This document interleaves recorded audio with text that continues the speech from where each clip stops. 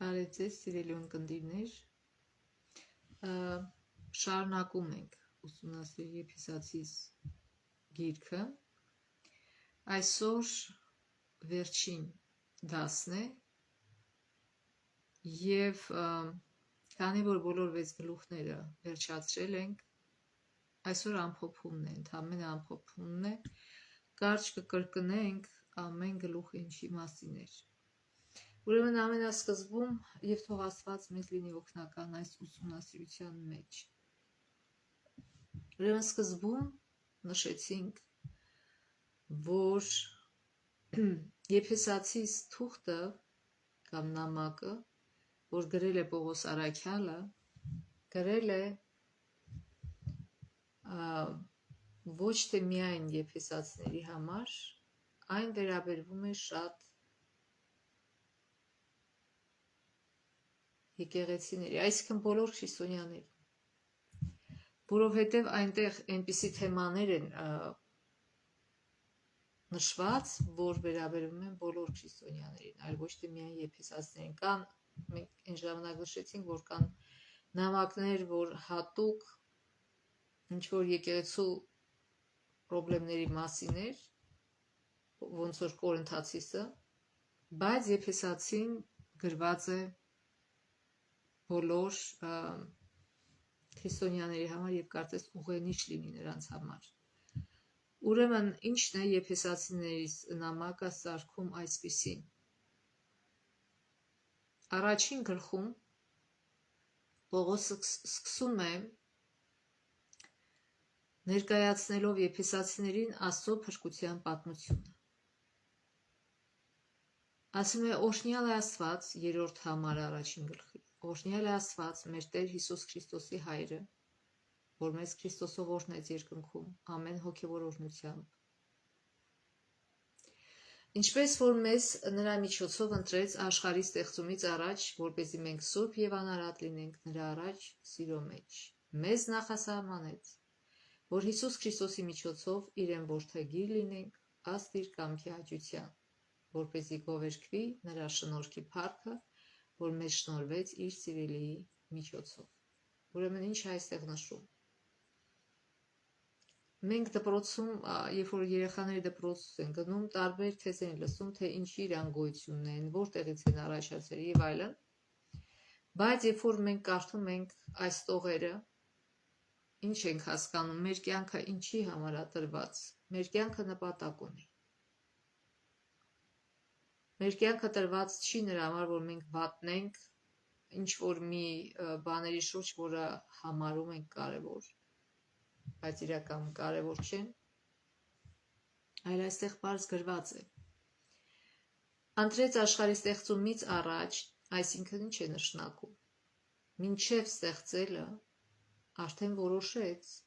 թե ինչպիսին է ուզում, որ մենք լինենք, որպեսզի մենք սուրբ և անարատ լինենք նրա առաջ սիրո մեջ։ Ուրեմն ինչպիսին պիտի լինի, ինչի համար է Աստված մեզ ստեղծել, որ մենք սուրբ և անարատ լինենք, սա պիտի լինի մեր կյանքի առաջին նպատակը։ Ինչով էլ որ զբաղվենք, ինչ էլ որ դառնանք, ինչ նպատակ էլ որ ունենանք մեր կյանքում, ինչ նպատակ էլ որ հետապնդենք մեր կյանքում, այս բոլորի հիմքը պիտի լինի սա, սուրբ և անարատ։ Ինչով էլ որ զբաղվենք, պիտի զբաղվենք ազնիվ ձևով, մաքուր ձևով և ինչքան հնարավոր է փորձենք անարատ լինենք։ Աստված չի շնորհել մեզ կյանք, որպեսզի այն վատնենք, ինչպես մենք որ ուզում ենք։ Չէ՞ որ մենք ենք ստեղծում մեր կերպարը։ Ինչով։ Մեր մտածելակերպով, մեր գործելակերպով, դա մի շրջան է, միտքը ազդում է գործելակերպի վրա, խոսքերի և գործելակերպի վրա և խոսքն ու գործելակերպը ազդում է մտքի վրա։ Ուրեմն Պողոսը այստեղ ներկայացնում է, որ կա փրկության ծրագիր, որ մենք չենք ստեղծվել հենց այնպես պատահականության հիմքի վրա, այլ որ ինքն է մեզ տվել կյանք և հատուկ նպատակով։ Եվ դա արել է ոչ թե մեր լավ լինելու համար, այլ իր սիրո, որտեղ իր հիմքը իր սերն է, որտեղ ինքը սիրում է մեզ, դրա համար իր շնորհքը, ասում է իր շնորհի համաձայն իր շնորհի առատության։ Գիտեք, ծնողները երբ որ պետք է երեխա ունենան, իրենք չգիտեն այդ երեխան լավն է, թե վատն է, կամ թե ինչ կդառնա, ոնց կլինի, չգիտեն։ Կարող են պլանավորել, երազել, բայց երբեք չգիտեն, թե իրական ինչ կլինի։ Բայց իրանք սիրում են։ Իրանք որոշեցին երեխա ունենալ, որտեղ իրանք սիրում են իրար եւ սիրում են այդ երեխային, որին պիտի ունենան։ Նույնը Աստված է։ Ինքը նախասահմանեց, որ մեզ ստեղծի եւ բոլորից նախասահմանեց, որ մենք փրկվենք։ Չսխալվենք այս հարցում։ Աստված բոլորից նախասահմանել է փրկության համար։ Դա ինչ է նշանակում։ Որ ինքը ուզում է մեզ փրկել, բոլորին։ Այսինքն նրա տված միջոցները աշխատում է բոլորի համար։ Բայց մեր ընտրությունից է կախված, թե մենք արդյոք կընդունենք նրա շնորհը, թե ոչ, կուզենք փրկվել, թե ոչ։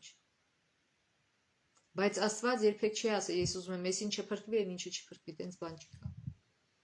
Աստված ուզում է, որ մենք բոլորս փրկվի, որտեղ Հովանու 3:16 ինչի ասում։ Ասում է, Հիսուսը մահացավ, ինչի համար, որ ամեն ով որ նրան հավատա, փրկություն ունենա։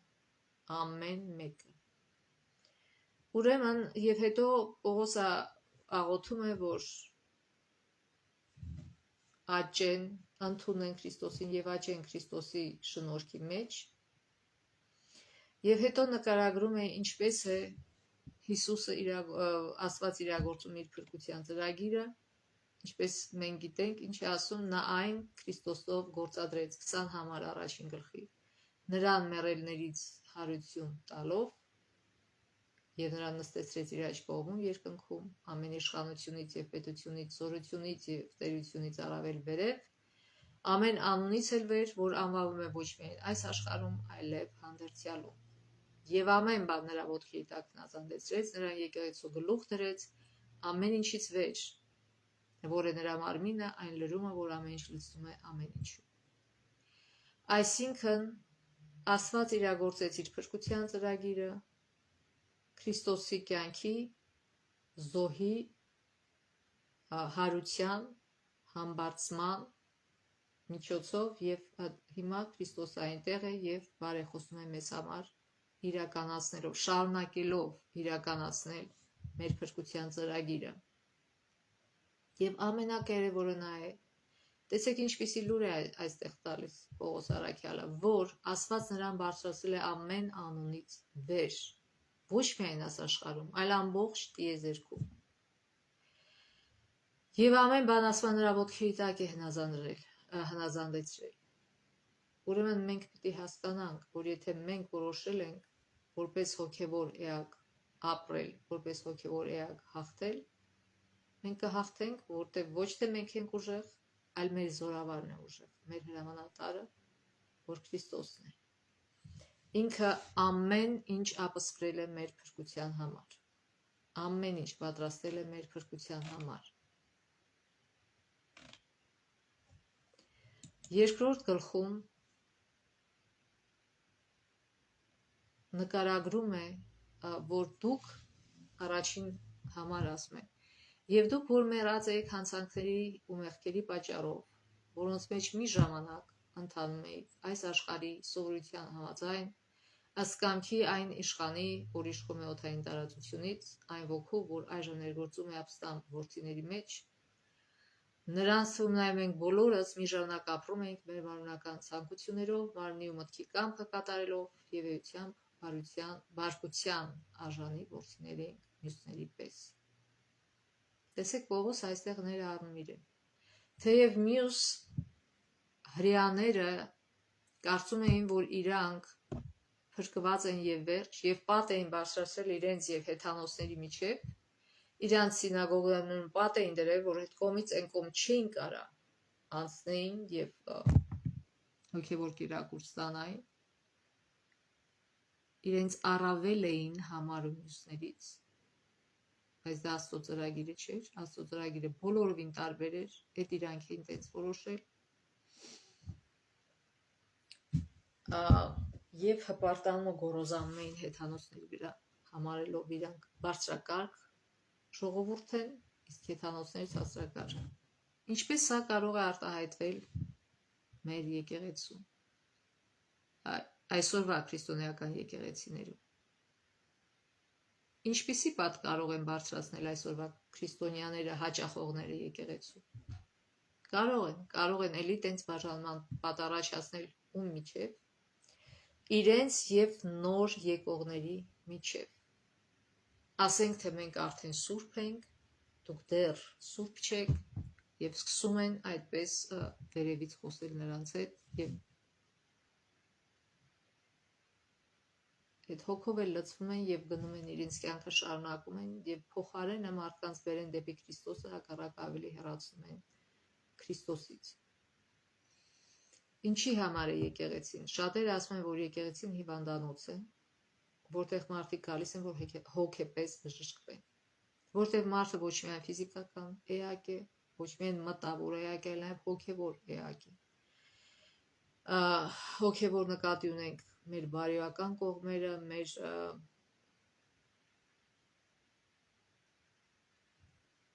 ապրելակերպը, մեր զգացմունքները եւ այլն։ Եվ ուրեմն ինչ կարող է պատահել։ Պատկերացնում եք, հիվանդը մտնում է հիվանդանոց, ինչպես հրեաներն ինչ անում, եւ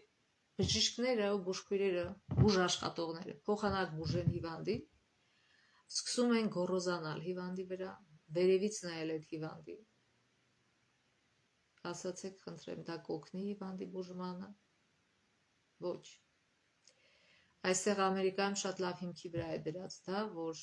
եւ բժիշկները եւ բոլոր բուժաշխատողները պետք է շատ սիրով ու հարգանքով վերաբերվեն իրենց հիվանդներին, եւ ես դա տեսնում եմ։ Երբ որ թարգմանում եմ հիվանդանոցների բժիշկների համար, շատ հարգանքով եւ սիրով են վերաբերվում իրենց հիվանդներին, եւ դա իհարկե անչափ օգնում է ապաքինմանը։ Նույնիսկ հիվանդներից շատերը ասում են, երբ որ հարցնում է բուժքույրը, ինչպես է կամ բժիշկը, եւ շատ բարի ձևով է հետո խոսում։ Գիտեք հիվանդը ինչ է ասում, ասում է, գիտեք, արդեն ձեր խոսալը ինձ բժշկում է։ Արդեն լավ եմ զգում ձեր խոսալուց հետո։ Այդպիսին պիտի լինեն։ Նաեւ եկեղեցու մեջ, որտեղ հոգևոր հիվանդներ ենք, բոլորս։ Գիտեք, եթե մարդը բժիշկ է կամ բուժքույր է, չի նշանակում, որ ինքը կատարյալ առողջ է։ Ոչ, ինքն էլ առողջական խնդիրներ ունի։ Նույնը եկեղեցում է։ Եթե մենք եկեղեցում ենք երկար տարիներ կամ մի քանի ամիս, չգիտեմ, չի նշանակում, որ մենք կատարյալ ենք։ No։ Մենք էլի մեղավոր մարդիկ ենք։ Մեր մեղքը տարբերվում է, քան թե նոր գալացողների մեղքը կամ աշխարհիկների մեղքը, այսպես կոչված, բայց էլի նույն մեղավոր մարդիկ ենք եւ պարտավոր ենք սիրով ու հարգանքով վերաբերվել այդ մարդկանց, որ նույնիսկ մեր խոսքով, չեմ ասում գործով, նաեւ այդ մարդկանց օգնենք, որ իրանք ավելի մտերմանան Հիսուսի հետ, ավելի սիրեն Հիսուսին։ Ոչ թե գոռոզ ու սառը դեմքով դիմավորենք եկեղեցիներում եւ քթներս տնենք իրանց վրա, կարծես թե մենք սուրբ ենք, իրանք էլ աշխարհից նորեն եկել ու մեղավոր են։ Գիտեք, եւ թե մենք այդպիսի հոգով ենք լցված, նորից կրկնում եմ, դուրս գալով աշխարհ, ինչ ենք մենք գալի եկեղեցի, որպեսզի Հիսուսի սերը ստանանք, Հիսուսի հոգևորապես լիցքավորվենք բարությամբ եւ սիրով եւ դուրս գանք եւ իրական Հիսուսին ցույց տանք աշխարհին, մարդկանց ներկայացնելով Հիսուսի գեղեցկությունը եւ մարդկանց գրավենք դեպի Հիսուսը։ Բայց եթե մենք այս հոգով ենք դուրս գալի, որ մենք սուրբ ենք, իսկ դուք մեղավոր, ոչ մեկն էլ չի գա Հիսուսի մոտ։ Դրա համար է այսօր Հիսուսյանը շատ բախարակվում։ Եվ դրա համար են այսօր Հիսուսից շատերը փախչում, ինչի, որտեղ իրանց հետևորդները ճիշտ չեն ներկայացնում Քրիստոսին։ Ոչ եկեղեցում, նոր եկողների մոտ, ոչ էլ աշխարհում։ Այսինքն ոչ էլ եկեղեցուց դուրս։ Ուրեմն հիշենք սա։ Բայց Աստված, որ հարուստ է ողորմությամբ եւ առած սիրո համար, 4-րդ համարն է ասում 2-րդ գլխի, որով մեզ սիրեց, մինչ մեռած էինք, մեղքերի հետևանքով մեզ Քրիստոսի հետ կյանք տվեց։ Դուք շնորհով եք փրկված։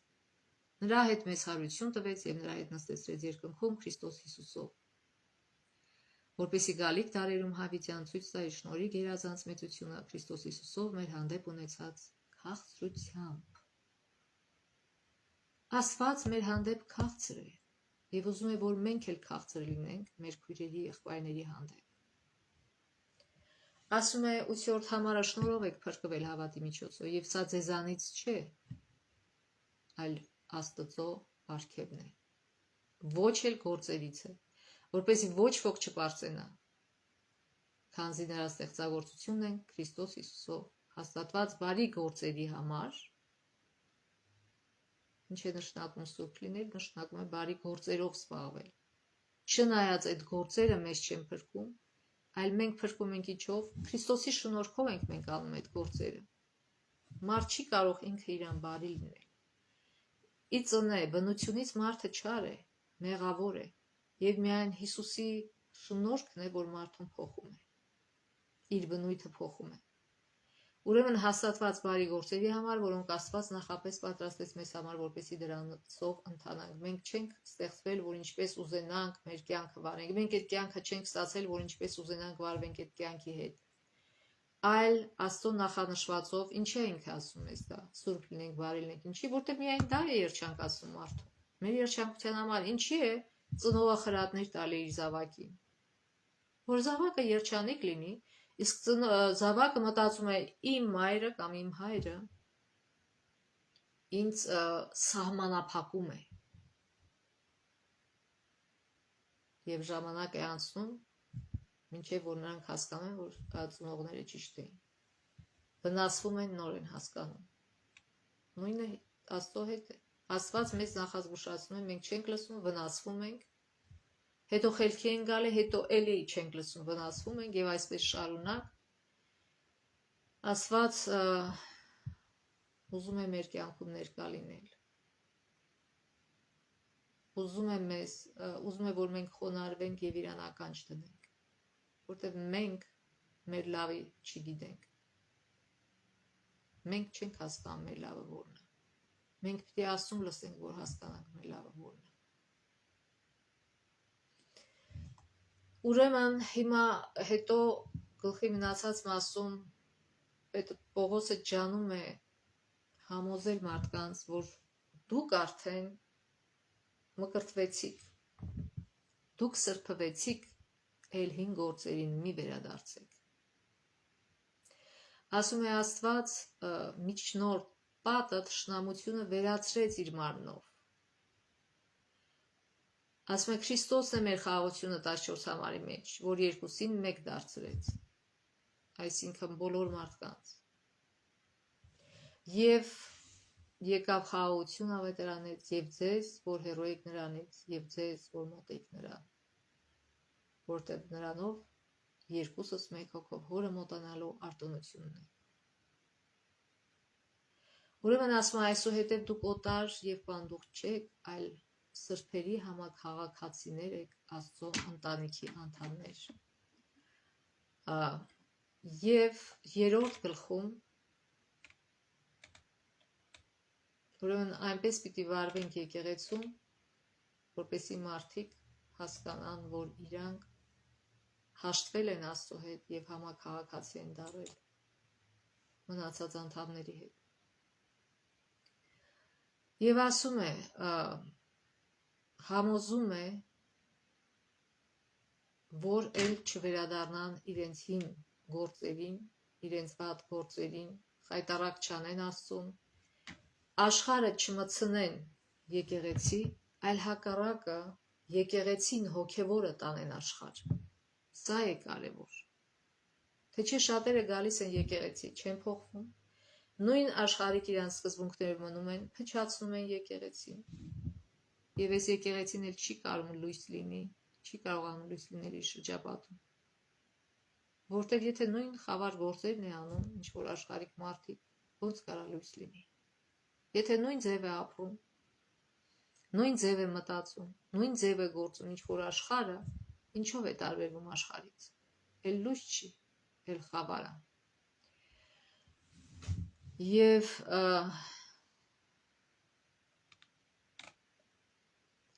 համոզում է հավատացյալներին, որ ուսումնասիրեն, շարունակեն աճել, ուսումնասիրեն Աստծո խոսքը, շարունակեն աճել Քրիստոսի ճշմարտության մեջ, 17 համարում ասում է, որպեսզի Քրիստոսը ձեր սրտերում հավատի միջոցով բնակվի եւ դուք սիրո մեջ արմատացած ու հաստատված լինեք, որպեսզի բոլոր սրտերի հետ կարողանաք հասկանալ, թե ինչ են լայնությունը եւ երկարությունը, բարձրությունը, խորությունը։ Ճանաչեք Քրիստոսի սերը, որ գերազանցում է ամեն գիտություն, որպեսզի Աստծո ամբողջական լույսությամբ լցվեք։ Ահա արժանի նպատակ եւ զբաղմունք, որ ներկայացված է Եփեսացիս նամակում։ Ասում է, ավելի լավ է խորացեք եւ ճանաչեք Աստծո սիրո լայնությունը, երկարությունը, բարձրությունը, այլ ոչ թե խորացեք մեղքի ճահճի մեջ եւ վերջում էլ խեղդվեք։ Եվ երբ որ ասում է դուք այդպես անեք, 20 համար ասում է, բայց նրան, ով մեր մեջ ներգործող զորությամբ կարող է առատությամբ ամեն բանից ավելին անել, ով է ներգործում մեր մեջ զորությամբ, Քրիստոսը։ Եվ ասում է, կարող է առատությամբ ամեն բանից ավելին անել, քան որ խնդրում ենք ու իմանում։ Եվ փառք նրան եկեղեցու մեջ, որ Քրիստոս Հիսուսով է սերնդեսերունդ հավիտյանս հավիտենից։ Եվ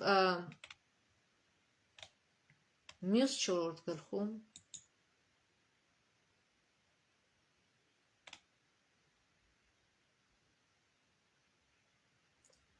ինչի մասին է գրում Պողոս Արաքյանը։ Ասում է, եկել եք եկեղեցի, արդեն Քրիստոսի անունն եք վերցրել ձեր վրա, մի խայտառակեք Քրիստոսի անունը։ 17 համարում 4 գլխի ասում է, արդ Տիրոջով սա եմ ասում։ Այո, առաջին մասում այս գլխի խոսում է միության մասին,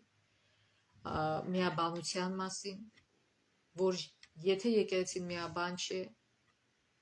այն չի հաջողի, բայց միաբան ոչ թե մեղքի մեջ, ոչ թե մեղավոր մարդու շուրջ, այլ Քրիստոսի մեջ, միաբան սրբության մեջ, իրենց նպատակի մեջ Քրիստոսին ծառայելու։ Եվ ինչպես է դա տեղի ունենում, ասում է 17 համարում ասում է, արդ Տիրոջով սա եմ ասում, ու վկայում, որ դուք այլևս չընթանաք, ինչպես հեթանոսներ իրենց մտքի ունայնությամբ։ Այսինքն այսօրվա աշխարհիկները մտքի ունայնությամբ, ինչով որ զբաղված է աշխարհը ունայնությամբ է զբաղված, ուշ թե վաղ փլվելու է այդ ամեն ինչ։ Նրանք խավար մտքով են ու Աստծո կյանքից օտարացած այն տգիտության պատճառով, որ նրանց մեջ է, իրենց սրտերի կուրության պատճառով, որ անզգայացած ագահորեն իրենց անձը անառակության մատնեցին պղծության բոլոր գործերի մեջ։ Մենք ականատես ենք սրան։ Այսօր աշխարհում հենց դա է։ Կույր սիրտ ունեն, անզգա խիղճ ունեն, անզգայացած է արդեն, ագահորեն են տրվել անառակության եւ այլ պղծությունների, անհագորեն, ցեցի պես շատանում է դա։ Եվ ասում է, դուք պիտի լույս լինեք այս խավարի մեջ։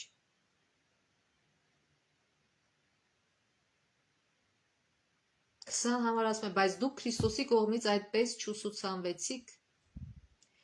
որտեղ դուք լսեցիք նրա մասին ու նրանով սովորեցիք այն ճշմարտությունը, որ Հիսուսի մեջ է։ Հանեք ձեր վրայից հին ընթացք ունեցող մարդուն, որ ապականված է խաբուսիկ ցանկություններով, եւ ձեր մտքով ու հոգով նորոգվեք ու նոր մարդուն հոգեք, որ Աստծո պատկերի համաձայն է ստեղծված ճշմարտությամբ ու սրբությամբ ու արդարությունից։ Այսինքն, այն փուճուր մանուկը, բեյբին, որ ծնվել է ձեր մկրտության ժամանակ, մի թողեք այտենց թերհաս, մի վերադարձեք հին կյանքին, թող այս մաքուր ծնված հոգևոր էակը, որ ձեր մեջ ծնվել է, թողեք, որ ինքը աճի եւ զարգանա։ Բայց որպեսզի այդ հոգևորը, այդ բեյբին, այդ փուճուրիկը զարգանա, մեր մեջ ինչ է պետք։ Պետք է նրան սնել։ Եթե երեխային թերասնես կամ սնես սխալ, ինչ է կատարվում։ Երեխան կամ չի զարգանա, կամ թեև զարգանայել շատ հիվանդություններ կունենա, որտեղ սխալ է սնվում։ Եվ ստիպված կլինեք մենակ սնվելը չի, տարբեր գործոններ կան, մաքրոթին դուրս գալը եւ այլն։ Այսինքն, եթե ճիշտ սկզբունքներով չի մեծանում երեխան, ինչ է կատարվում։ Հիվանդ երեխա է մեծանում, կամ ուղեղը նորմալ չի մեծանում, կամ այսինքն այն մանուկը, որ ծնվում է, հոգևոր մանուկը, որ ծնվում է մեր մեջ, մենք պիտի սնենք իրեն։ Եվ որն է այդ կաթը։ Գիտեք, բեբիները կաթ են ուտում, իրենց մոր կաթը։ Ցավոք այսօր շատերը ֆորմուլա են տալի, այսինքն այդ արհեստական կերը, որ բոլորին առողջարար չի։ Բայց ինչ է ասում, եւ այդ հոգևոր կաթը ինչն է։ Աստծո խոսքն է։ Բայց այդ հոգևոր կաթից հետո, ինչպես այն ժամանակ նշեցինք, դասի ժամանակ, որ պինդ կերակուրն է գալի։ Չպետք է թերհաս մնանք որպես քրիստոնյա, այլ պիտի աճենք եւ ավելի սրբանանք եւ ավելի փառավորենք Աստծո անունը։ Այլ ոչ թե մեր հին կյանքը շարունակենք եւ Հիսուսի անունը խայտարակենք մեր դրացիների մեջ, մեր շրջապատի մեջ, մեր գոլեգաների մեջ եւ այլն։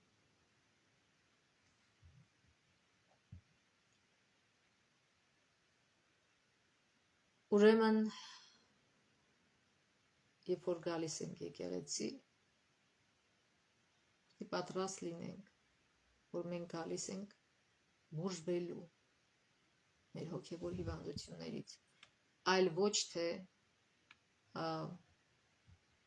համառելու մեր հիվանդությունների մեջ եւ ասելու չէ, ես առողջ եմ, ինձ բուժում պետք չի։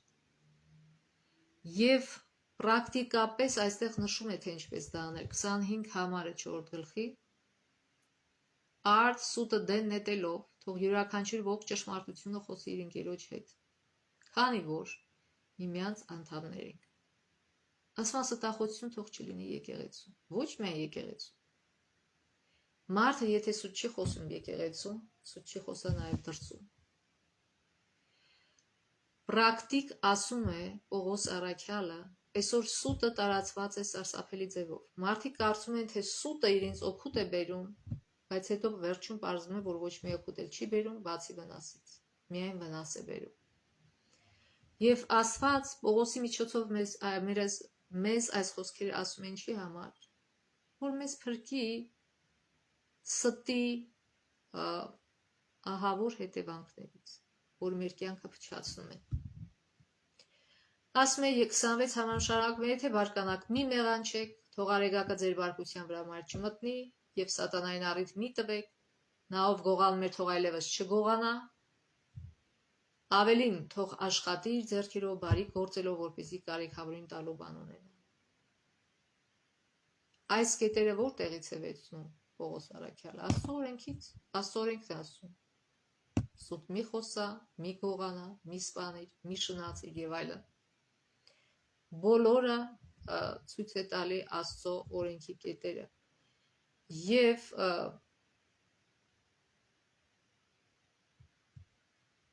ասում է հակառակը աշխատեք, բարի գործեք, եւ ով որ կարիքավոր է, կարիքավոր է ոչ թե ծուլության պատճառով, այլ ուղղակի հանգամանքների բերումով կամ առողջության բերումով, օգնեք նրանց, եւ ինքը Պողոսը դրան հետևում էր, ինքը կարող էր օգտվել եկեղեցու միջոցներից, եւ դա բոլորովին օրինական է,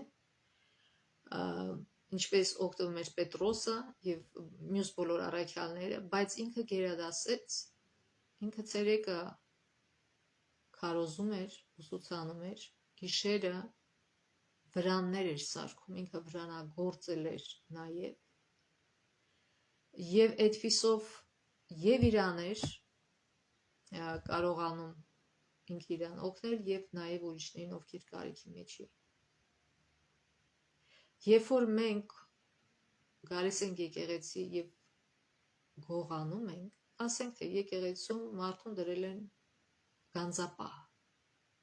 Եթե այս մարդը իրականում լավ նորմալ դարձի եկած չի, ինքը շարունակում է նույն գողությունը անել եկեղեցում, այսինքն այդ փողերից եկեղեցու վերցնում է իր անձնական ծախսերի համար, ինչպես անում էր Հուդան, եւ դրա վերջը լավ չի։ Բայց լավ լուրը այն է, որ Հիսուսը կարող է մեզ փոխել։ Մենք գալիս ենք եկեղեցի, որ փոխվենք, մեր հին գործերը թողնենք եւ նոր մարդ հագնենք, այլ ոչ թե շարունակենք մեր հին պղծությունները եւ մի բան էլ դատարածենք եկեղեցում։ Ասում է սատանային առիթ մի տվեք։ Մենք խայտառակում ենք Աստծուն, եթե մենք հավատացյալ լինելով հանդերձ չենք աշխատում եւ փորձում ենք, նույնիսկ շատ մարդիկ եկեղեցի գալիս են, որպեսզի ինչ-որ բան ստանան եկեղեցուց, նյութական բարիքներ։ Իհարկե եկեղեցին ուրախ է կիսվելու եւ օգնելու մարդկանց, բայց եկեղեցին միայն դրա համար չի։ Եկեղեցում բոլորը պետք է հավասար ներդրում ունենան, ով ինչով կարող է։ Եվ Աստված մեզ չի ստեղծել, որ մենք անգործ մանգանք, այլ ասեց 6 օր աշխատիր, 7-րդ օրը հանգստացիր, որպեսզի օրհնություն լինենք մարդկանց համար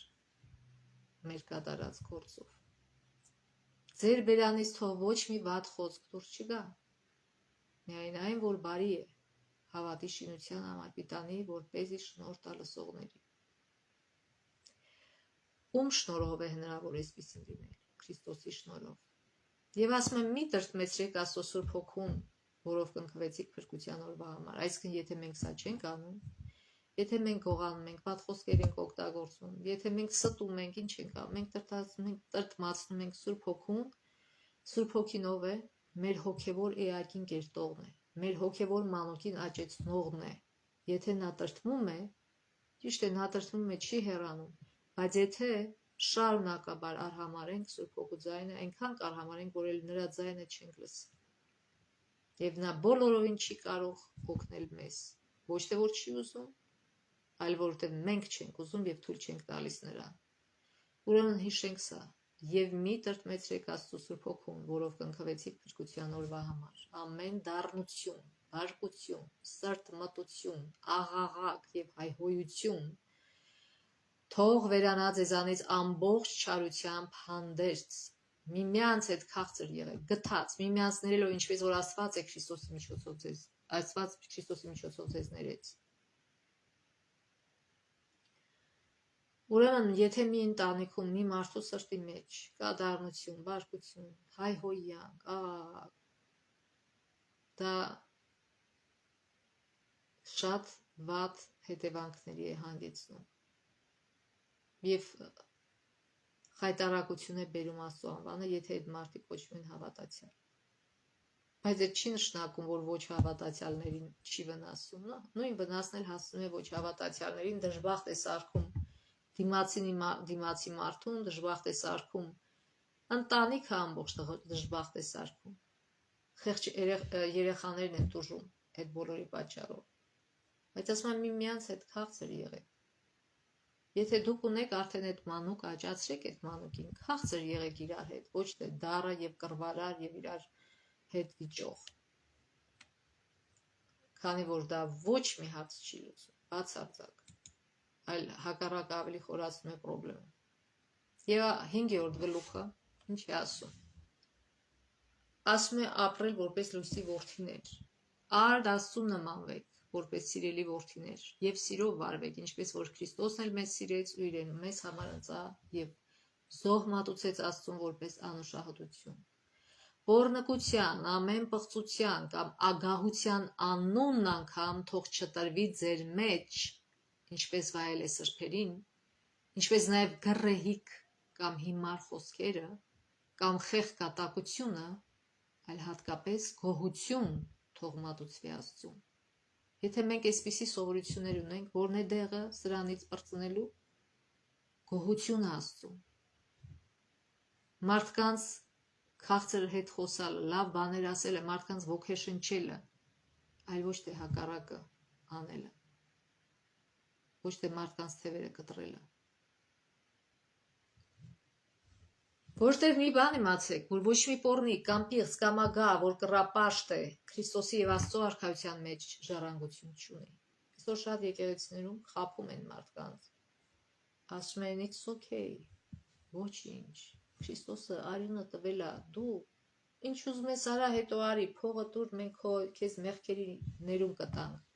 կնիքը կդնենք, բայց այդ կնիքը ոչ մի արժեք չունի երկնքում։ Ոչ մի արժեք։ Եթե դուք շարունակում եք նույն մեղքերի մեջ ավելի ճահճանալ, ավելի խորանալ,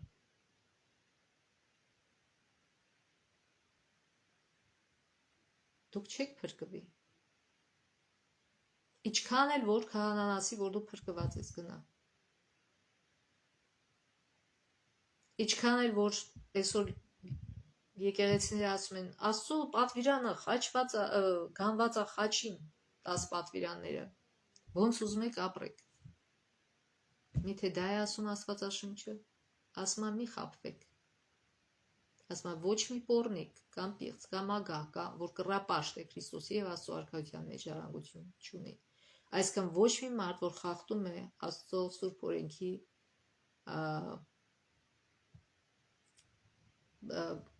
կետերը եւ դա անում է գիտակցաբար, այսինքն Քրիստ չի նշանակում, որ քրիստոնյաները լրիվ սուրբ են, անմեղ են, չէ, բայց իրանք դա գիտակցաբար չեն անում։ Մարդու մեջ պայքար է գնում, մինչև որ արդար էակը, մաքուր էակը զորանա եւ այն հին մարդը մանրանա։ Դա միանգամից չի լինում, մի օրում չի լինում։ Դա ամբողջ կյանքի ընթացքում պայքար է, բայց պետք է երևա, որ այդ պայքարը գնում է։ Պետք է ձեր նոր մարդը աճի եւ հին այդ փչացած մարդը փոքրանա, փչացած խաբեությամբ, փչացած տարբեր մեղքերով, գողությամբ, կռապաշտությամբ, ագահությամբ եւ այլն։ Պետք է փոքրանա այդ ամեն ինչը, պետք է վերանա, մի տոկոս էլ չպետք է մնա դրանից։ Բայց երբ որ մարդ լկտիաբար շարունակում է նույն մեղքերի մեջ ապրել եւ դրանով կարծես կիսացնում ես թքած ունեմ այդ ամեն ինչի վրա, դրանց մասին է խոսքը գնում, որ բացարձակ չեն ուզում իրենց այդ մահացու քնից զարթնել, դրա համար այստեղ ինչ է ասում, ոչ ոք թող 6-րդ համարը ձեզ դատարկ խոսքերով չխաբի, որտեվ այս պատճառով է Աստծո բարկությունը գալիս անհնազանդ զավակների վրա, ուրեմն դրանց հաղորդակից մի եղեք, քանի որ թեպետ մի ժամանակ խավար էիք, իսկ հիմա լույս եք Տիրոջով, լույսի որդիների պես ընթացեք, որտեվ հոգու պտուղը ամեն բարության, արդարության եւ ճշմարտության մեջ է, փորձեք այն, ինչ Տիրոջը հաճելի է, եւ խավատեցնող փորձեք, մի ասեք չէ, եսի լավա եւ վերջ, քանի որ դեռ չեք ճաշակել են մյուսը, քանի որ անդադ փչացած խնձոր եք ուտում, երբեք չեք ճաշակել մի հատ մաքուր, լավ առողջ խնձոր, ձեզ թվում է թե այս փչացած խնձորը լավ է, որտեղ չեք ճաշակել են մյուսը։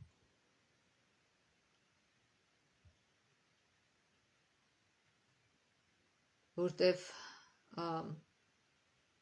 փորձեք ուրեմն այն, ինչ Տիրոջը հաճելի է։ Եվ խավարի անպտուղ գործերին մասնակից մի եղեք, ավելին քննեք դրանք, որովհետև նրանց մեջ ծածուկ կատարվածների մասին խոսելն անգամ ամոթ է, բայց քննության ենթարկված ամեն ծածուկ բան հայտնի է դառնում, քանի որ ամեն բան, որ հայտնի է լույս է, դրա համար էլ ասում է. արթնացիր ով քնած, վեր կաց մեռելների մեջից եւ Քրիստոսը քեզ կլուսավորի։ Չնայած կարող ենք ֆիզիկապես կենդանի լինել, բայց հոգեպես մեռած, եւ դրա համար ասում է արթնացիր ով քնած, վեր կաց մեռելների մեջից եւ Քրիստոսը քեզ կլուսավորի։ Ցանկացիր արթնանալ։ փորձիր ճաշակել Քրիստոսին, որտեղ ասում է Քրիստոսը քաղցր է, այդպիսի համար կա Աստվածաշնչում, ասում է, որ փորձեք, չեմ հիշում, բայց իմաստը դա է, որ Աստված քաղցր է, եւ ասում է, արդ ուշադրություն դարձրեք ձեր վարքին, դուք արդեն Քրիստոսի անունն եք կրում, պետք է ուշադրություն դարձնեք ձեր վարքին, վարվեք ոչ թե անխելքների պես, այլ իմաստունների, ճիշտ օգտագործեք ժամանակը, որտեղ օրերը չար են, մեզ ժամանակը հենց այնպես տրված չի, մեզ կյանքը հենց այնպես տրված չի, մենք ամեն մի րոպեն պետք է օգտագործենք մեր նոր մարդու աճի համար, այլ ոչ թե հին մարդու պահպանման համար։ Դրա համար անմիտ մի եղեք, այլ իմացեք, թե որն է Տիրոջ կամքը։ Մենք մեր ժամանակը պիտի օգտագործենք ինչի համար, որպեսզի քննենք, իմանանք որն է Տիրոջ կամքը եւ ուժ եւ շնորհ խնդրենք դրանից, որպեսզի իրագործենք մեր կյանքում։ Գինով մի հարբեք, որ անառակության է տանում, այլ հոգով լցվեք։ Այսինքն Սուրբ Հոգով։ Միմյանց հետ սաղմոսներով, օրհնություններով եւ հոգեվոր երգերով խոսեք։ Ձեր սրտերում Տիրոջը երգեք ու սաղմոս ասեք։ Ինչն է ապացուցում, որ մենք Սուրբ Հոգով լցված ենք։ Եթե ունենք Սուրբ Հոգու պտուղները, որն է ինչը։ Սեր, բարություն, համբերություն եւ այլն, դու գիտեք, շատ լավ գիտեք։ Ռուշկալություն, ամեն ժամ եւ ամեն բանում մեր Տեր Հիսուս Քրիստոսի անունով գոհություն հայտնեք Աստծուն եւ Հորը։ Սա ամենալավ տեղն է մեր բոլոր թե ֆիզիկական, թե հոգևոր հիվանդությունների դեմ, երբ որ մենք փառք ենք տալի Աստծուն, երբ որ մենք գոհանում ենք ամեն ինչի համար, որ Աստված մեզ տվել է։ Եվ դա շատ լավ դեղ է, ինչպես Թառակած գիրքն է ասում, ուրախ սիրտը օգտակար է ինչպես դեղ եւ ոսկորները կառուցում։ Ասում են, տրտմած սիրտը ոսկորներ ինչ անում, փտտացնում է։ Այսինքն arthritis առաջանում։ Այո, հոգևորը եւ ֆիզիկականը շատ սերտ իրար հետ կապված են։ Հոգին եւ մարմինը առանձին բաներ չեն, իրանք իրար հետ կապված են։ Մեր ֆիզիկական կեցությունը ազդում է մեր հոգևոր կեցության վրա եւ հոգևոր կեցությունը վիճակը ազդում է մեր ֆիզիկական վիճակի վրա։ Դա վաղուց է ապացուցված։ Եվ մյուս մասը 5-րդ գլխի հիշում ենք ինչ էր ասում, ասում է Քրիստոսի երկյուղով միմյանց հնազանդ եղեք։ Այսինքն ոչ թե մեկը կառավարի եւ մյուսները հնազանդվեն, այլ ասում է միմյանց հնազանդ եղեք։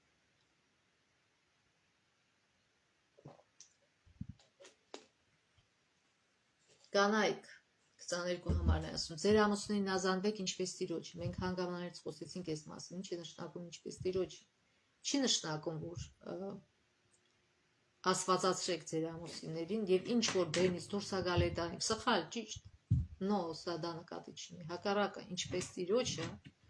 նշանակում է, որ եթե Տիրոջը համապատասխան բան է ձեր ամուսինը խնդրում, արեք։ Եթե ոչ, եթե ամուսնու խնդրածը կամ պահանջածը հակառակ է Աստծո օրենքին, Աստծո կամքին, երբեք պետք չի անել դա, որտեղ դրանով ինչպես անցած այն ժամանակ ասացինք, որ եւ մեզ են կործանում, եւ մեր ամուսիններին։ Եվ ինչ է ասում, ամուսիններ սիրեք ձեր կանանց, ինչպես որ Քրիստոսն էլ եկեղեցուն սիրեց ու իր անձը նրա համար մատնեց, որպեսզի նրան սրբացնի, մաքրելով ջրի ավազանով, խոսքով, որպեսզի եկեղեցին իր առաջ փառավոր կանեցնի, որպեսզի որևէ արատ կամ բիծ կամ որևէ նման բան չունենա, որ սուրբ ու անարատ լինի։ Ամուսինների վրա է դրել Աստված քահանայության գործը։ Ամուսինը պիտի հոգա հոգևոր վիճակի մասին, ոչ թե իր կնոջը երեխաներին դրթի, Աստծո օրենքը խախտելու վատ բաներ անելու, այլ հակառակը։ Ինքը պետք է օրինակ լինի եւ ինքը պետք է համոզի, թե ինչպես ճիշտ ապրել Աստծո առաջ։ Սրա մասին է խոսքը գնում։ Ով որ սիրում է իր կնոջը, երբեք չի ստիպի նրան սխալ բաներ անել, որը նա կանի եւ կզրկվի իր փրկությունից։ Այլ եթե դու սիրում ես քո կնոջը, դու ուզում ես, որ ինքը փրկվի, եւ դու էլ փրկվես։ Եվ նմանապես երեխաները,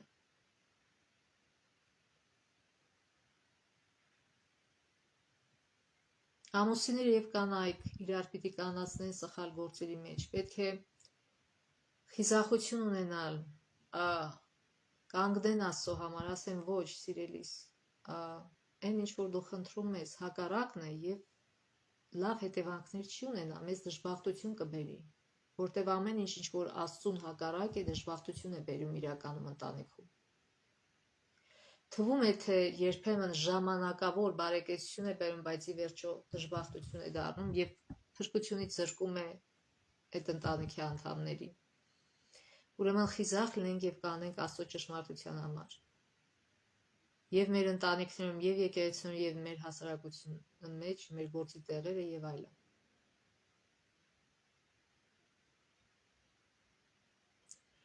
Ասում է ամուսիններն իրենց կանանց այնպես պետք է սիրեն, ինչպես իրենց մարմինները, ով իր կնոջը սիրում է, ինքն իրեն է սիրում, որտեղ ոչ ոք իրանձը երբեք չի ատել, այլ սնում եւ խնամում է այն, ինչպես որ Քրիստոսը եկեղեցուն, որտեղ նրա մարմնի անդամներն են նրա մարմնից ու ոսկորներից։ Այսինքն երբեմն երբ որ մարդիկ ամուսնանում են, իրենց կնոջը համարում են օտար մեկը։ Ասում ասա իմ մաման է, ասա իմ պապան է, ասա իմ եղբայրն է, ասա իմ քույնը, բա դու ով ես, դու ինձ օտար ես։ Բայց Աստվածաշունչը հակառակն ասում։ Ասում է դրա համար ամուսին իր հորն ու մորը պետք է թողնի եւ իր կնոջը հետևի, հարի, չգիտեմ ինչա գրած հետևի, ու երկուսը մեկ մարմին պիտի լինեն, որտեղ իրականում իրանք մեկ մարմին են։ Աստված երբ որ Ադամին ստեղծեց, հետո տեսավ, որ Ադամը այդպես կիսատ այրան մենակ ազգում, հենց իր մարմնից, իր ոսկորից կերտեց կնոջը եւ Ադամը երբ որ տեսավ, որ ուրախացավ, ասում ահա իմ մարմնից եւ կին կոչեց նրան, նույնը հիմա է։ Այսինքն կինը կամ տղամարդը մենակ, միայնակ, իրենք կիսատ են, որպես իրանք լիակատար լինեն եւ կարողանան լիակատար ծառայել Աստծուն, իրանք պետք է միանան եւ միաբան լինեն եւ իրար սիրեն ու հարգեն, որպեսզի կարողանան կատարյալ ձևով ծառայել Աստծուն։ Եվ այս խոսքերը Պողոսը բերում է ծննդոցից, երբ որ Աստված նոր ստեղծեց, եւ ինչ է նշանակում օրն ու հորը թողնել, չի նշանակում անտեր թողնել, չհոգալ նրանց մասին, նո, նշանակում է առանձին առանձնանալ մորն ու նույնիսկ ֆիզիկապես կարած շատ, եթե մեծ տուն է, կարաք իրար հետ ապրեք, պրոբլեմ չկա, բայց եթե ծնողները այնքան են խառնվում նոր ստեղծված ընտանիքի գործերին, այնքան են խանգարում, որ վերջի վերջո այս ընտանիքը քանդվում է, այ դրա մասին է խոսքը գնում։ Այո, մենք ծնողներից ավելի շատ փորձ ունենք, մենք կարող ենք սովորեցնել, մենք կարող ենք խորհուրդ տալ, բայց ոչ թե կռիվ ստեղծել տանը, ոչ թե վիճել, ոչ թե ստիպել։ Հա, դու փորձառություն ունես, ուզում ես, որ իրանք չվնասվեն, բայց իրենց ընտրությունն է, ընտրում են քեզ լսել, թե ոչ, որ կռիվ ստեղծեցիլ էլ չի օգնի։ Չի կարելի անդորը խախտել ընտանիքի, որպեսզի կարծես թե իրենց ճիշտ բան է սովորացնում, այո, բայց չես կարող զոռով ստիպել։ Հոգատարողական օրգաններ չեք, այսքան նկատի ունեմ միլիցիայություն կամ չգիտեմ ոստիկանություն, որ ստիպեք մարդուն, այդպես չի կարելի խառնվել։ Իրանք որպես ընտանիք պիտի աճեն, ընկնելով, ելնելով, սխալներ անելով, սխալները ուղղելով, չի կարելի։ Հիշեք ձեր նոր ստեղծած ընտանիքը։ Այս դրա մասին է խոսքը գնում, ոչ թե սարսափելի այսօր տարածված անտեր թողել են իրանց ծնողներին, ոչ հոգում են, ոչ որոշ երկրներում սարսափելի վիճակ է։ Դրա մասին խոսքը չի գնում։ Պետք է մինչև վերջ հոգալ ծնողների մասին, քան իրանք կենդանի են, բայց թույլ չտալ նրանց խառնվել եւ կռիվ գցել քո սեփական ընտանիքում, կամ նսեմացնել քո կնոջը, կամ կնոջ մայրը կարող է նսեմացնել կնոջ ամուսնուն, չի կարելի։ Պետք է պաշտպանեք ձեր ընտանիքը, ձեր ամուսնուն, կնոջը, ձեր երեխաներին, կամ չթողնեք, որ երեխաներին փչացնեն։ Տատիկների, պապիկների շատ անգամ փչացնում են երեխաներին։ Եվ արդեն 6-րդ գլխում վերջին գլխում շարունակում է այս թեման արդեն երեխաներին ասում եմ որդիներ հնազանդ եղեք ձեր ծնողներին տիրոջով նորից տիրոջով քանի որ սա է ճիշտը եթե քո հայրը կամ մայրը ստիպում է քեզ որ դու խախտես Աստծո օրենքը մի լսիր նրան հեզության պատասխաներ որ չէ սա խախտում է Աստծո օրենքը եւ լավ օրի մեզ չի հասցնի եւ բարություն չի բերի դրա համար ես չեմ ուզում լավ բան ասես խնդրեմ ենթարկվեմ ինչը որ համապատասխան է Աստծո կամքին ինչը որ համապատասխան է Աստծո օրենքին բայց ոչ այն ինչ որ համապատասխան է դրա համար էլ ասում է ծնողներին տիրոջով որտեղ ծնողը կարող է ասի գնա գողացի գնա այս արա գնա այն արա պետք չի լսել ասում է պատվիր քո հորն ու մորը սա է առաջին պատվիրանը որն ուղեկցում է փոխհատուցման խոստումով եթե հայրդ մայրդ քեզ ճիշտ սկզբունքներով են մեծացնում լսեք նրանց որտեղ շատ կշահեք նրանից էլ իրանք արդեն անցել են այդ ճամփան գիտեն որն է լավը որն է վատը լսեք նրանց եթե տեսնում եք որ համապատասխան է Աստծո խոսքին եւ այդ ձևով ձեր կյանքը կհեշտանա եւ նույնիսկ այդ ձևով առողջ կլինեք երկար կապրեք դա օշնություն է բերում եւ հակառակ ասում է հայրեր ձեր զավակներին մի բարկացրեք այլ նրանց տիրոջ խրատով ու կրթությամբ մեծացրեք ինչպես կարող ենք մենք բարկացնել մեր զավակներին չհասկանալով նրանց գոռալով ճչալով նրանց վրա նույնիսկ շատերը կան ծեծում են դա հարցի լուծում չի այդպիսով չես կարա երեխային հետ պահես խստություն գոյություն ունի բայց ոչ թե կոպտություն խստություն չի նշանակում կոպտություն վայրենություն բռեյություն խստություն նշանակում է սկզբունքայնություն դու քայլեր ես մտածում եւ իրագործում որպեսզի օգնես քո երեխային սխալներ չանի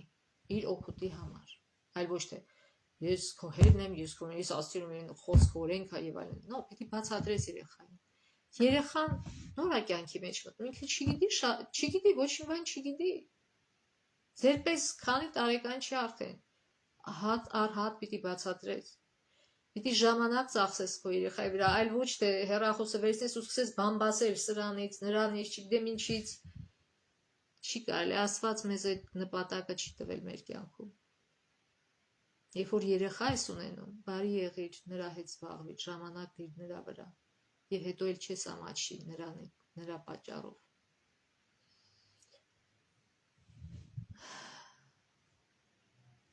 ասում է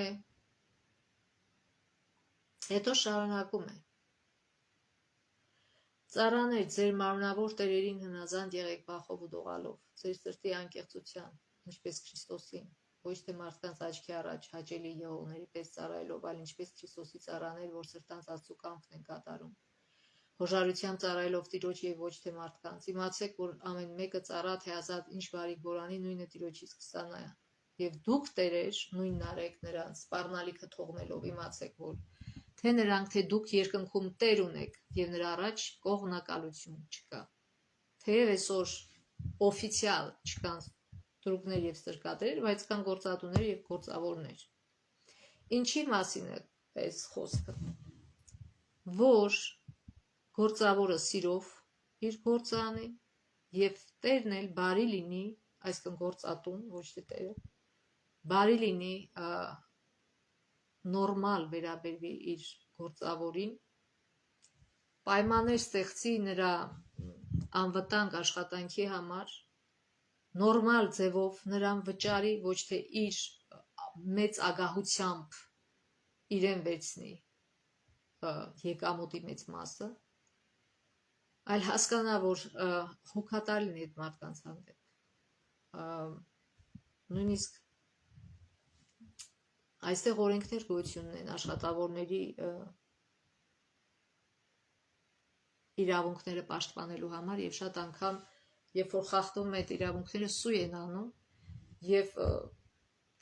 մեծ կամպանիաներ ստիպված են լինում մի քանի միլիոն դոլար վճարել իրանց խախտման համար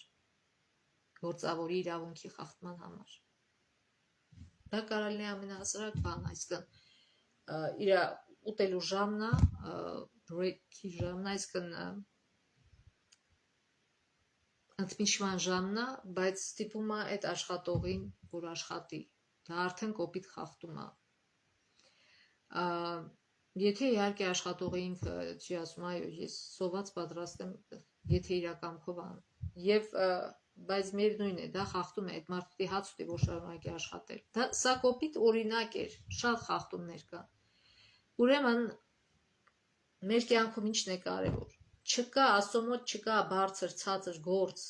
Գործատունելը հավասար իր առաջ, գործավորնելը հավասար։ Այդ գործատուները, որ տենց քիթ են տնկում գործավորների վրա, իրավունք չունեն։ Գործավորները, որ տենց սողոսկում են իրանց գործատուների առաջ, պետք չի։ Դուք իրավունքներ ունեք եւ պաշտպանեք ձեր իրավունքները, մի սողացեք ձեր գործատուների առաջ, այլ իրանցից պահանջեք, որ ձեզ հարգանքով վերաբերվեն։ Ինչքան սողակ, այնքան իրանք չեն հարգի ձեզ։ Ձեզ որպես սողացողների կվերաբերվեն։ Չի կարելի սիրել, հարգել, այո, բայց ոչ թե սողալ, քծնել կամ չգիտեմ նման բաներ։ Պետք չի։ Դրանով քչացնում եք ձեր գործատուներին։ Նրանք ձեր հավասար մարդիկ են։ Սա հիշենք։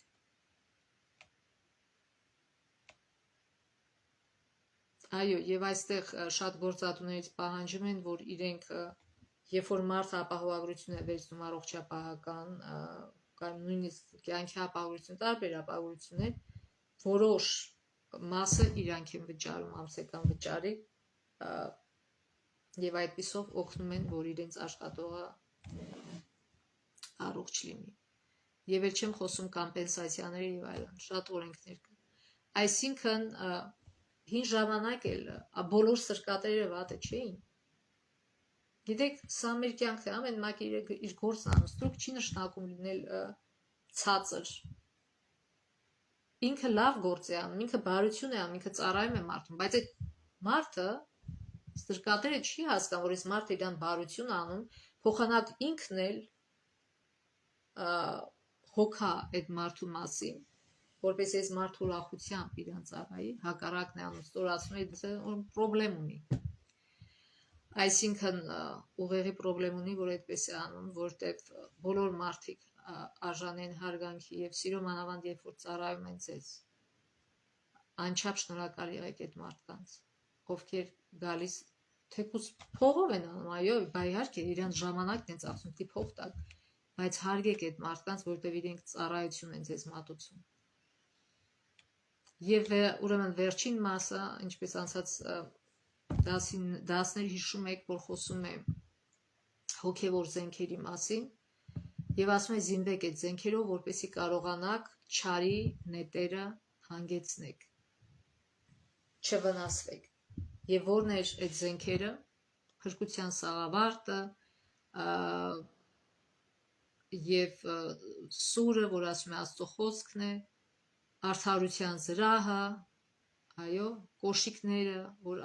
հագնում ես եւ ավետարանում ես խաղաղություն։ Այստեղ Պողոսը չի կոչ անում, որ զենք վերցրեք իրար սպանեք։ Հակառակը, ինքը այստեղ եկեղեցին համեմատում է բանակի հետ, Քրիստոսի բանակի հետ, բայց ասում է սա խաղապահ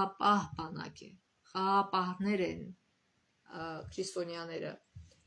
հավատացյալները խաղապահ բանակ են, ոչ թե խաղաղություն պիտի բերեն իրենց զենքով զրահով։ Եվ որտեղ ենք մենք ստանում այդ հոգևոր զենքերը։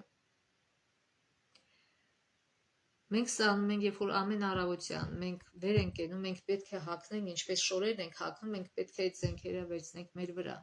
Այսինքն Աստծո խոսքը կարդանք, իրան լսենք, թե ինչ է ասում մեզ։ Մենք խոսենք Աստծո հետ, աղոթք անենք, որ նույնպես զենք է սատանայի դեմ եւ ամենահզոր զենքն է, որտեղ դրանով մենք խնդրում ենք Աստծուն, որ խառնվի մեր կյանքի եւ մեզ պաշտպանի սատանայի գործերից, սատանայի չարություններից, հրավիրենք Աստծուն ամեն օր մեր կյանք եւ հագնենք նրա տված զենքերը եւ օգտագործենք Քրիստոսի կողմից տրված մեր իշխանությունը խաղաղություն բերելու։ Առաջինը հաշտեցնելու Աստծո հետ, երբ որ հաշտվում ես Աստծո հետ, քո սրտի մեջ ես խաղաղություն ձեռք բերում, հետո հաշտվում են մոտիկների հետ։ Եվ դա էր հենց խաչը խորհրդանշում։ Այսինքն Աստծո հետ հարաբերությունները եւ մարդկանց հետ հարաբերությունները, եւ եթե Աստծո հետ հարաբերությունները լավ են, մարդկանց հետ էլ լավ կլինեն։ Մենք առավոտը Աստծո խոսքից լիցքավորվում ենք, աղոթքից լիցքավորվում ենք բարությամբ, սիրով եւ շարունակում ենք մեր օրը, որպեսզի այն տարածենք, այլ ոչ թե մեր թույն ու թարախը թափենք մեր շրջապատողների վրա։ Դա սարսափելի է։ Եվ մենք տեսնում ենք, թե ինչի է հանգեցնում դա, կամ կռիվ, վեճ, ասում է հեռացրեք այդ ամեն ինչը ձեր մեջից։ Ուրեմն թող Աստված մեր օրհնի, մեզ օրհնի, մեզ հաստատակամություն տա եւ պատրաստակամություն տա եւ մշտականություն տա, որ մենք ամեն առավոտ զարթնելով իրան փառք տալով մեր օրը սկսենք Աստծո հետ եւ այս կարճ կյանքը, որ Աստված մեզ տվել է հատուկ նպատակով եւ ժամանակը, որ տվել է մեզ, այդ ժամանակը ծախու առնենք եւ ճիշտ օգտագործենք եւ մեր Աստծո կողմից տված կյանքի նպատակի իրագործելու համար օգտագործենք, այլ ոչ թե մեր սխալ պատկերացումների իրագործման վրա, որ վերջը բերում է վատ հետևանքների եւ մեր դժբախտություններին ու տառապանքներին։ Աստված չի ուզում, որ մենք դժբախտ ենք եւ տառապենք, դրա համար տվել է իր խոսքը, դրա համար տվել է աղոթքը, դրա համար տվել է իր հետ շփվելու բոլոր ձևերը, այդ մենք ենք, որ թերանում ենք անենք, մենք ենք, որ թերանում ենք նրան հրավիրել մեր կյանքի մեջ, ինչի է ինքը սպասում հրավերի, որտեղ ինքը մեզ տվել է ազատ ընտրության հնարավորություն, ինքը ուզում է, որ մենք հրավիրենք իրեն, ինքը երբեք դուռը չի խփում եւ կոպտորեն առանց հարցնելու չի մտնում մեր սիրտ, ինքը ասում է, ես թակում եմ, եթե բացեք, ես կգամ եւ ձեր հետ ընթրիք կանեմ։ Սիրելիներս, ավելի լավ հյուր հնարավոր չէ պատկերացնել։ Ամեն առավոտ հրավիրեք Աստծուն ձեր կյանքի մեջ եւ իրիկունը ավարտեք նրա հետ ընթրիքով եւ այդ ժամանակ կտեսնեք, թե ինչպես կփոխվի ձեր կյանքը եւ ոչ միայն ձեր կյանքը, այլ նաեւ ձեր շրջապատի կյանքը եւ նաեւ ձեր ազգի, ձեր պետության եւ ընդհանուր աշխարհի վիճակը։ Իհարկե Աստվածաշունչը մեզ այդ լավ լուրը հետ մեկտեղ տարես է վատ լուր, որ քանի դեպի աշխարհի վերջը գնա այնքան վատ է լինելու, այնքան չարությունը շատանալու է, Սուրբ Հոգին հեռանալու է եւ առավել եւս այսօր մենք պետք է այդ զրահները հագնենք, որպեսզի հաղթենք թշնամուն Քրիստոսի արյունով եւ Քրիստոսի տված զենքերով եւ շնորհով։ Թող Աստված մեզ օրհնի։ Մինչեւ հաջորդ շաբաթ։